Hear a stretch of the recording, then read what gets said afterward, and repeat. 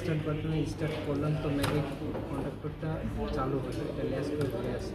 তো সর্বপ্রথম আমাদের ম্যাগনেটিক ওয়ান এটা চালু হবে, ফরওয়ার্ডে চলবে, মোটর ফরওয়ার্ডে চলবে কিছু সময়ের জন্য। তারপরে কিছু সময়ের জন্য ফরওয়ার্ডটা অফ হবে, মোটরটা পুরোপুরি অফ হয়ে যাওয়ার পরে আবার মোটরটা রিভার্সে আবার চলবে। তো রিভার্সে চলার পরে আবার কিছু সময় পর ও অফ হয়ে যায়, কিছু সময় ধরে রাখবে অফ, মানে পুরোপুরি মোটরটা অফ করার জন্য কিছু সময় ধরে রাখবে। আর এই লুপটা যতবার হবে এখানে কাউন্টারে আমরা কাউন্ট করতে পারবো, দেখতে পাবো যে কতবার হচ্ছে লুপ, এই আকারে কতবার হচ্ছে, কাউন্টার হচ্ছে। এখান থেকে আমরা পাওয়ার নিয়ে এই টোটাল সিস্টেমটাকে একটা পর্যায়ে অফ করতে পারবো, যে 10টা লুপ হওয়ার পর একটা পর্যায়ে অফ করে দেবো। তো এই সিস্টেমটা, এই অপারেশনটা এইভাবে সম্পন্ন হচ্ছে। এটা কি ফরওয়ার্ড রিভার্স বাস নাকি এটা? এটা ফরওয়ার্ড এবং রিভার্সের জন্য।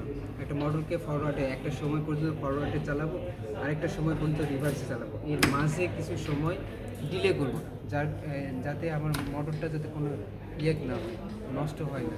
এই যে এখানে সিমুলেশন আছে সেম সার্কিটে।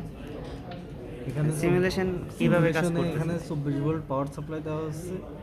এখান থেকে এটা স্টপ সুইচ, এটা নর্মালি ক্লোজ অবস্থায় আছে। এখানে এখানে এটা হচ্ছে নর্মালি ওপেন সুইচ, এটা যখন ক্লোজ করব তখন এটা অন হবে, প্রেস করার পরে এটা অন হবে। এটা অন হওয়ার পরে প্রথম অবস্থায় এই টাইমার 1 কাউন্ট শুরু করবে। টাইমার 1 যখন কাউন্ট করবে তখন ম্যাগনেটিক কন্ডাক্টর 2টা অন হবে। 5 সেকেন্ড পরে এটা ডিলে অবস্থায় থাকবে 5 সেকেন্ড। 5 সেকেন্ড পরে যখন এটা শেষ হবে তখন টাইমার 3 কাউন্ট করবে এবং ম্যাগনেটিক কন্ডাক্টর 3টা অন হবে এবং 5 সেকেন্ড এখানে ডিলে করবে। ডিলে করার পরে পর্যায়ক্রমে আবার পুনরায় এটা টাইমার 1 কাউন্ট শুরু করবে। এভাবে পর্যায়ক্রমে চলতে থাকবে এবং এই জায়গায় কাউন্টার আছে, কাউন্টারের মাধ্যমে কাউন্ট করবে।